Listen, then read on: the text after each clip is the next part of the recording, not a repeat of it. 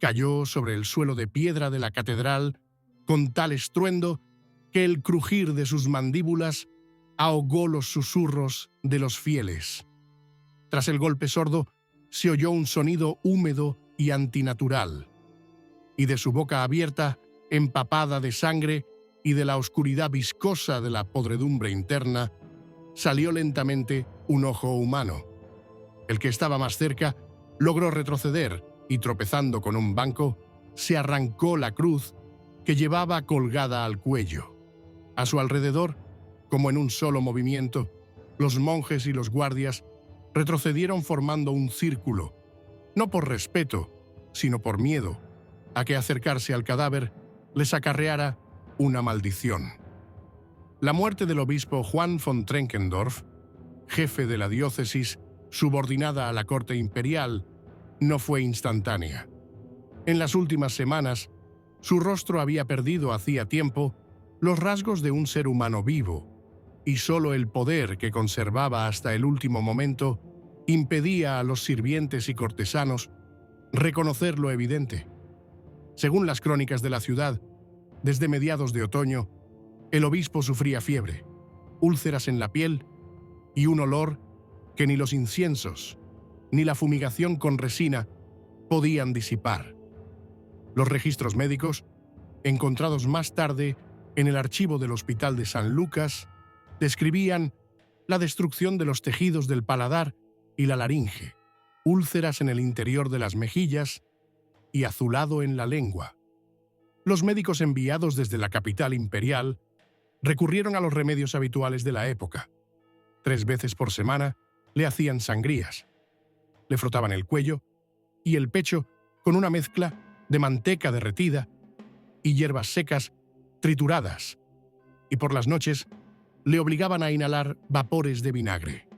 Todo esto no hacía más que agravar su debilidad, y cada mañana se despertaba con una nueva capa de úlceras y carne hinchada, de la que supuraba un líquido purulento. Los sirvientes afirmaban que no dormían más de 2 horas seguidas. Por las noches llamaba a sus familiares fallecidos, hablaba con interlocutores invisibles y pedía que lo llevaran al altar para poner la mano sobre la llave del paraíso. Una de las cocineras, interrogada más tarde por el juez de la ciudad, contó que el obispo ordenó una vez que le trajeran un corazón fresco de cordero y cuando se lo pusieron en una bandeja, empezó a apretarlo con los dedos, inhalando el vapor que salía de los vasos rotos. Alrededor de su lecho se libraba una lucha de la que él, quizá, ni se enteró. El canciller de la diócesis, anciano y consumido por la úlcera, intentaba convencer a los embajadores imperiales de que nombraran un nuevo administrador, alguien que garantizara la continuidad de las colectas y los impuestos de la Iglesia. Mientras tanto, el hermano del obispo, el caballero Ruprecht von Trenkendorf, exigía que en caso de muerte, todos los bienes de la Iglesia en el distrito le fueran entregados en custodia.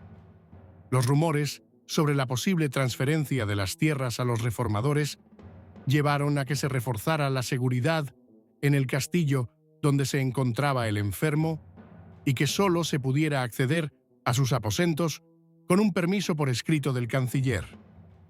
A mediados de noviembre ya no podía comer. Le temblaban las mandíbulas y cualquier intento de tragar un trozo de pan remojado le provocaba una tos seca con sangre. El médico, apodado el Arenoso por su delgadez y palidez, le recetó un polvo hecho de sapos secos y huesos de cuervo triturados, asegurándole que detendría la descomposición de la carne. Pero al tercer día, después de tomar este remedio, la piel del obispo adquirió un tono amarillo oscuro, y debajo de los ojos aparecieron bolsas llenas de agua.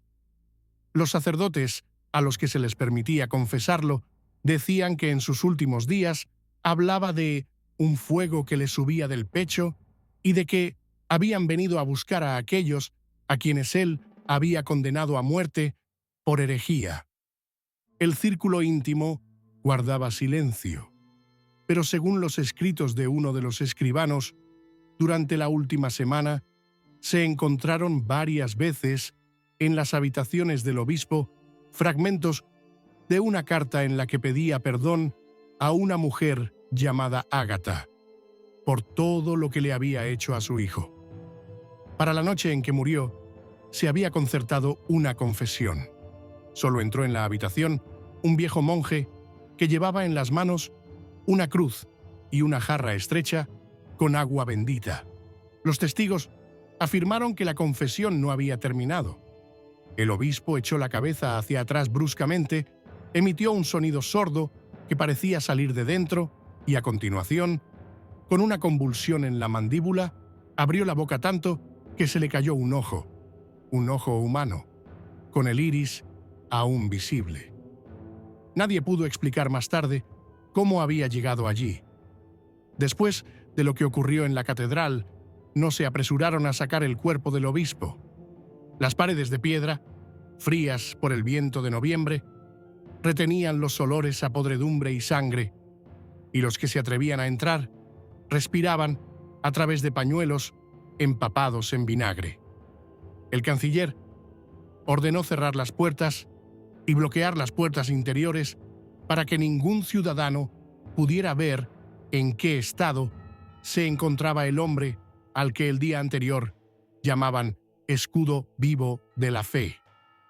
Durante toda la noche se rezaron oraciones sobre el cadáver, pero el monje encargado de velarlo confesó más tarde que había oído varias veces un leve crujido bajo el sudario, como si algo se rompiera o se moviera en su interior. Se negaba a creer que pudieran ser sonidos post-mortem de descomposición, afirmando que había visto cómo el cuerpo se estremecía por un instante y cómo aparecía un líquido oscuro, casi negro, en las comisuras de la boca. Nadie se atrevía a cortar la ropa del obispo para prepararlo para el embalsamamiento, aunque sabían que, con cada minuto que pasaba, el cuerpo se volvía más pesado, impregnándose de humedad por dentro. El médico, el mismo Arenoso Delgado, insistió en que era necesario realizar un examen inmediato, ya que de lo contrario, por la mañana, la fiebre negra y la hinchazón del abdomen harían imposible el traslado. Cortó las vestiduras funerarias y descubrió el pecho. La piel en ese lugar ya se desprendía en capas.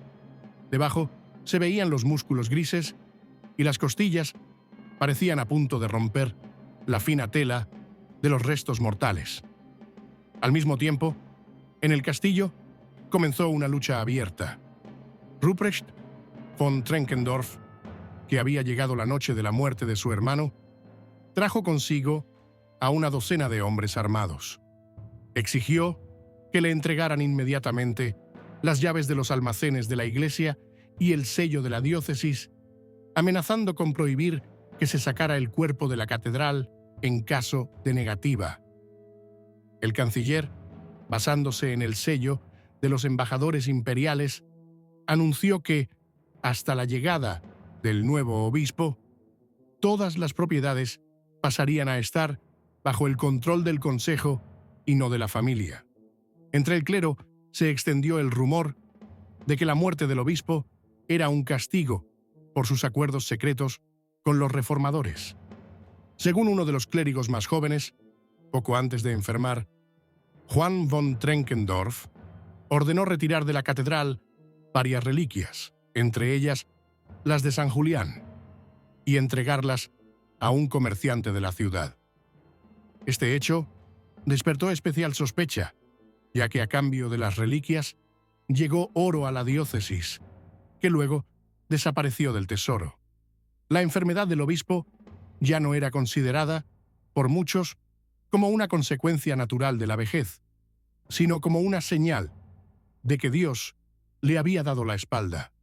La crónica del monasterio de San Mauricio conserva el siguiente registro.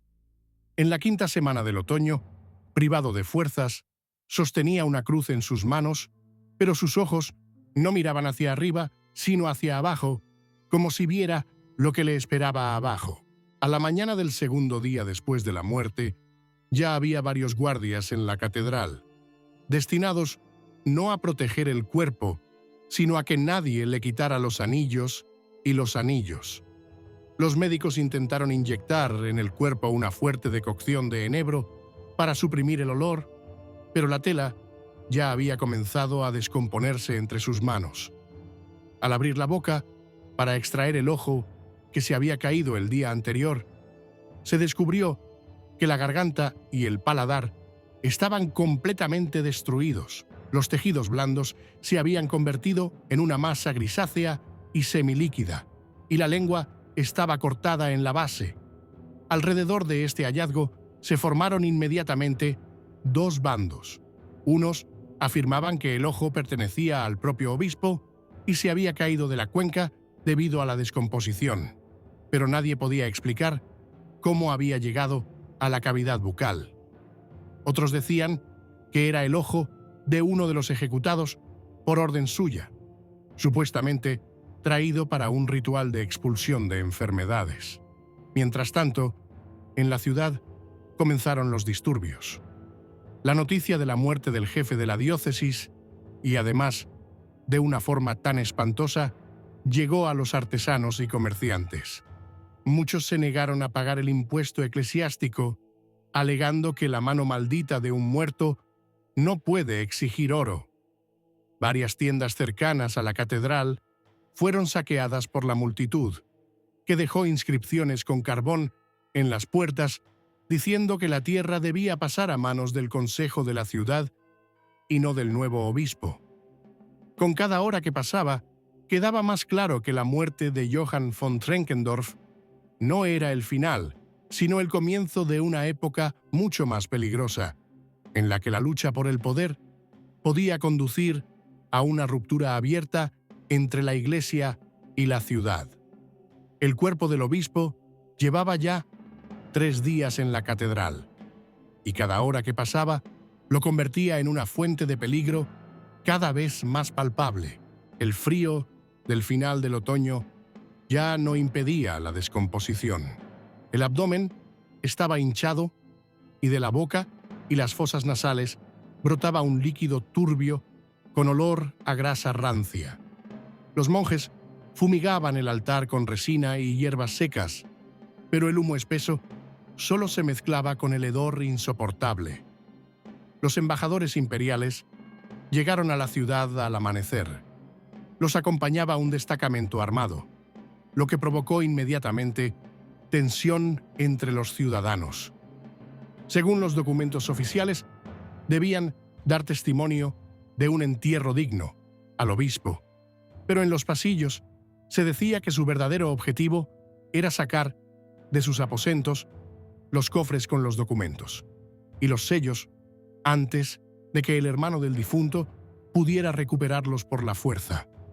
Dentro de la catedral, los embajadores se encontraron con una escena que hizo apartar la vista incluso a aquellos acostumbrados a los cadáveres ejecutados y a las consecuencias de la peste.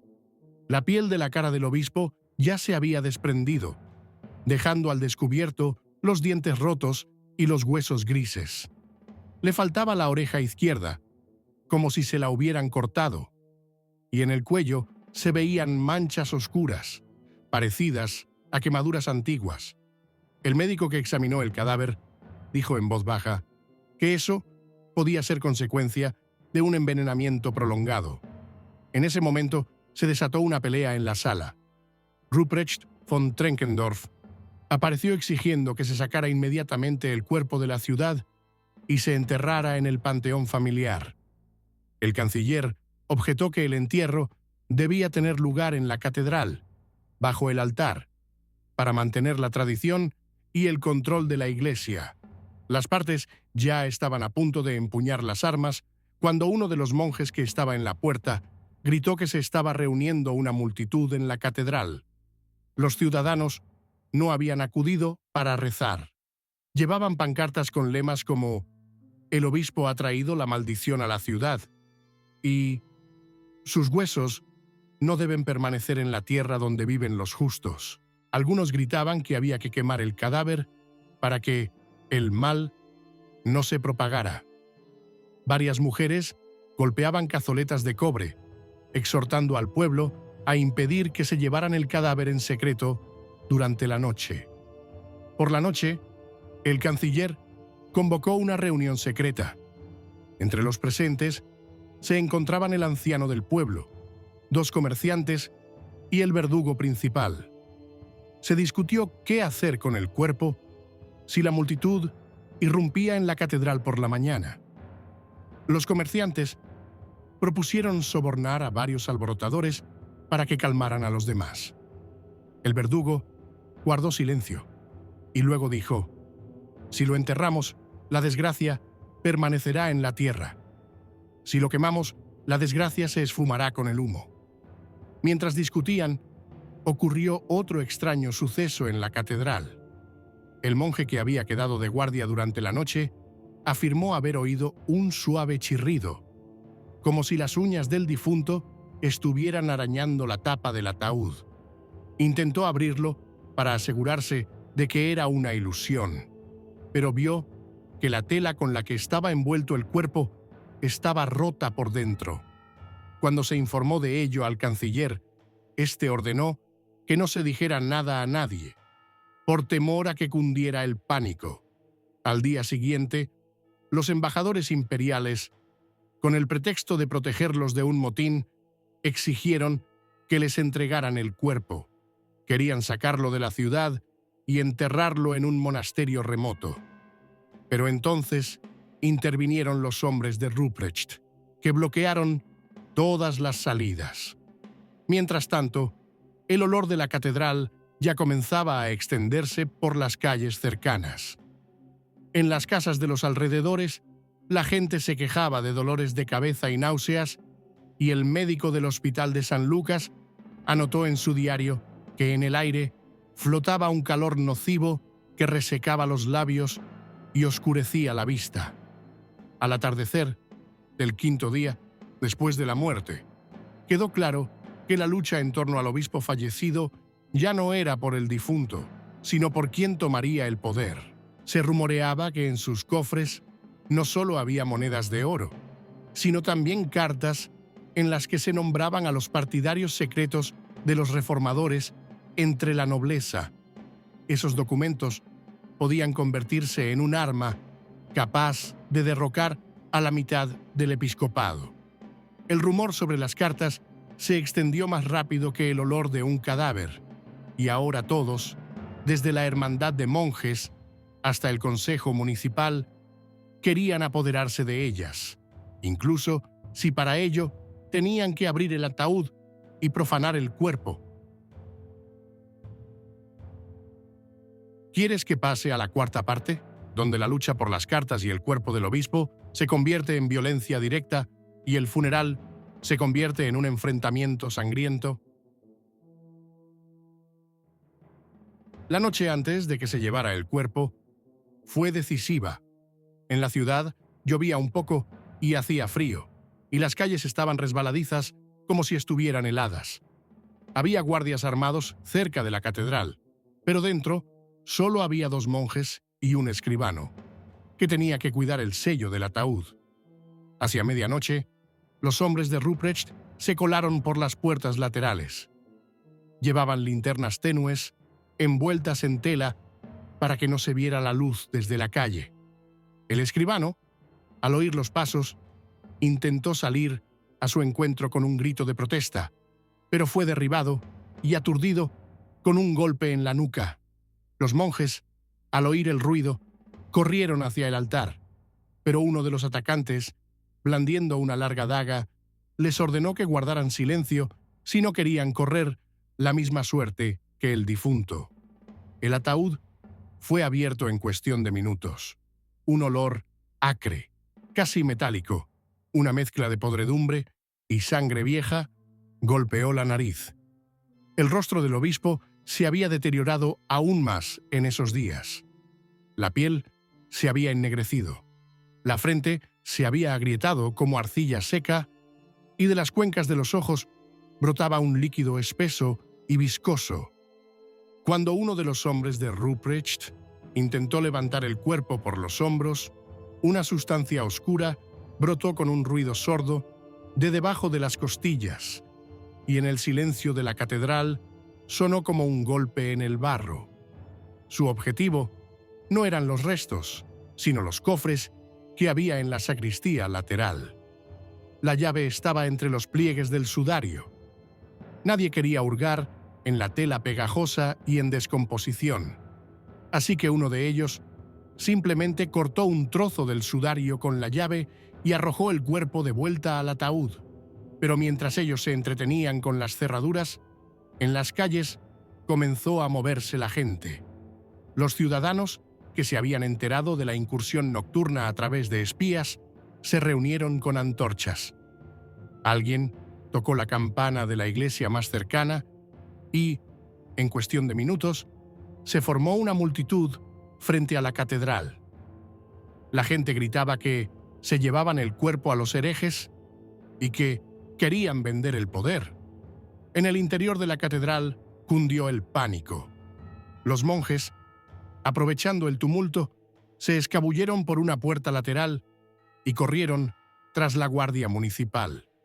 Ruprecht, comprendiendo que les cortarían la salida, ordenó sacar los cofres por el altar y pasarlos por el tejado a la casa vecina, propiedad de un aliado suyo. Cuando la guardia irrumpió en la catedral, lo primero que hicieron fue correr hacia el ataúd. Según uno de los testigos, la tapa estaba tirada al lado y el cuerpo del obispo se encontraba en una posición extraña. Tenía la cabeza girada hacia la puerta y la mandíbula abierta, como si intentara decir algo. La pelea entre la guardia y los hombres de Ruprecht fue breve, pero violenta. Dos de los atacantes murieron en el acto. Uno fue arrojado desde el coro y se rompió el cuello. Los demás, abandonando los baúles, huyeron. Pero los documentos lograron desaparecer y nunca fueron encontrados ni entre los muertos ni en la sacristía. La multitud, que irrumpió tras los guardias, exigía que se quemara inmediatamente el cadáver. El canciller intentó calmar a la gente, pero cuando uno de los ciudadanos, subido al altar, clavó una antorcha en el ataúd, nadie se atrevió a cerrar la tapa. El fuego envolvió rápidamente los paños funerarios y al cabo de unos minutos, el hedor de la carne quemada se mezcló con el humo, obligando a todos a salir al exterior. Las llamas se veían desde las ventanas del castillo, y aquella noche toda la ciudad supo que el obispo ya no estaba, y que ahora nada detendría la lucha por su puesto. Pero el principal peligro residía en que las cartas por las que se había derramado sangre se habían disuelto en la oscuridad y nadie sabía en manos de quién estaban ahora. Después de aquella noche, la ciudad perdió definitivamente toda apariencia de orden. Las cenizas del obispo aún yacían en las frías losas de la catedral cuando las primeras tropas armadas comenzaron a patrullar las calles, no para proteger a los habitantes, sino para demostrar quién estaba dispuesto a tomar el poder. Los embajadores imperiales permanecieron en el castillo, pero su posición se volvió inestable. Sin el cuerpo del obispo y sin los sellos, que habían desaparecido sin dejar rastro, junto con los cofres, ya no podían ejercer su autoridad legítima. En la corte del emperador, en la capital, ya empezaban a circular rumores de que los embajadores habían permitido la profanación y la entrega secreta de las tierras de la Iglesia a los reformadores. El hermano del difunto, Ruprecht, no logró conservar los cofres, pero supo aprovechar hábilmente el temor de la nobleza ante las cartas. Corrió el rumor de que él era el poseedor de los documentos en los que figuraban los nombres de quienes habían ayudado en secreto a los herejes. Esto bastó para que varios consejeros influyentes de la diócesis le ofrecieran su apoyo a cambio de su silencio. El Consejo Municipal, al ver que el poder eclesiástico se había derrumbado, intentó tomar el control de la recaudación de impuestos y el nombramiento de los sacerdotes. Esto provocó una feroz resistencia por parte de las órdenes monásticas, que acusaron al Consejo de sacrilegio.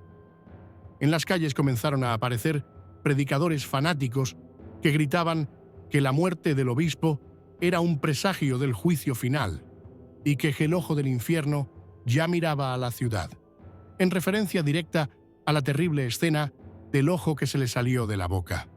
Mientras tanto, la enfermedad que estaba matando a Juan von Treckendorf también afectó a otros.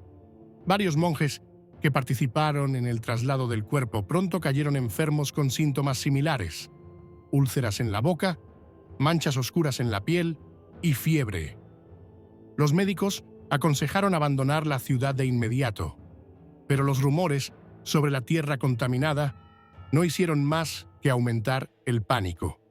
Llegaron a la capital del imperio informes redactados por el canciller.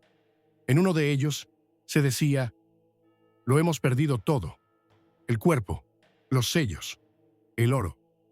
Pero lo más peligroso es que se han perdido las cartas. Pueden destruir la confianza entre la Iglesia y la corona». Estas palabras resultaron proféticas. 2 meses después, estallaron revueltas en las tierras vecinas, donde se exigía abiertamente la separación de la Iglesia y el poder imperial. La muerte del obispo, que era un símbolo de la intransigencia, no supuso un fortalecimiento de la fe, sino su debilitamiento. El pueblo no lo veía como un mártir, sino como un maldito que había muerto en la vergüenza, y esto se convirtió en un estandarte conveniente para los enemigos del orden eclesiástico. 1 año después de su muerte, ya gobernaba en la ciudad un nuevo obispo, nombrado entre los partidarios de los reformadores.